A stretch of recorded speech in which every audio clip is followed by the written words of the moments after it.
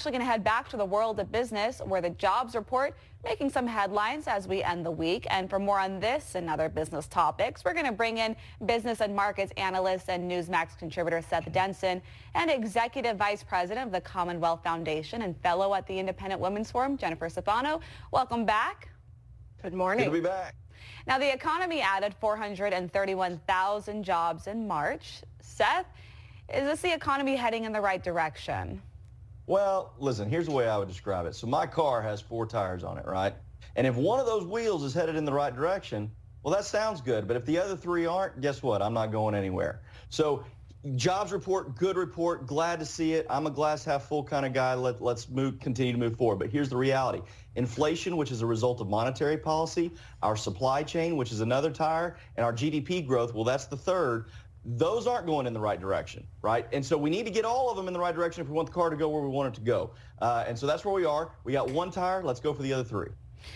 Jen, speaking of these other 3 tires that Seth is mentioning, one of the things that we're seeing is with these increase of jobs, and we're seeing more jobs in the economy, but we still have inflation. How do the 2 of these work together, Jen?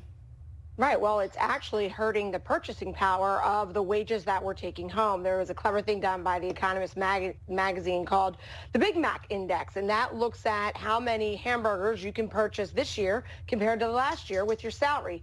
Here's the bad news. According to that index, we are able to purchase fewer hamburgers, even though our wages are increasing. And yes, there are some jobs added to the economy, although sluggishly.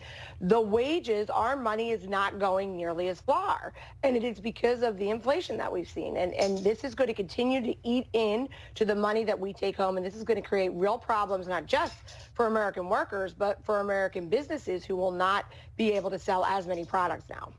Americans seem to also not be happy with this. Only 34% say they approve of how President Biden is handling the economy, 58% giving him a thumbs down. Seth, it might be a little obvious here, but why aren't Americans excited about the economy as we're breaking this down with 3-wheeled cars and Big Macs?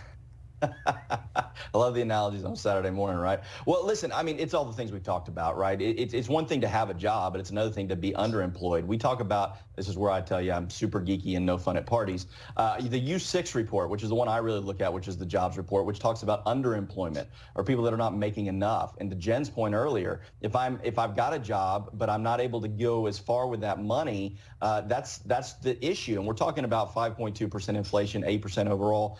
Here's the reality. That's on the average of everything. But when I go try to put gas in my car and all these, and you got to understand, many working class folks live further away from where they work. They have to for cost purposes. That's the reason we see a lack of confidence. My money doesn't go as far. I'm working harder, but I'm not getting as much out of it. And that's the sad reality of where we are right now.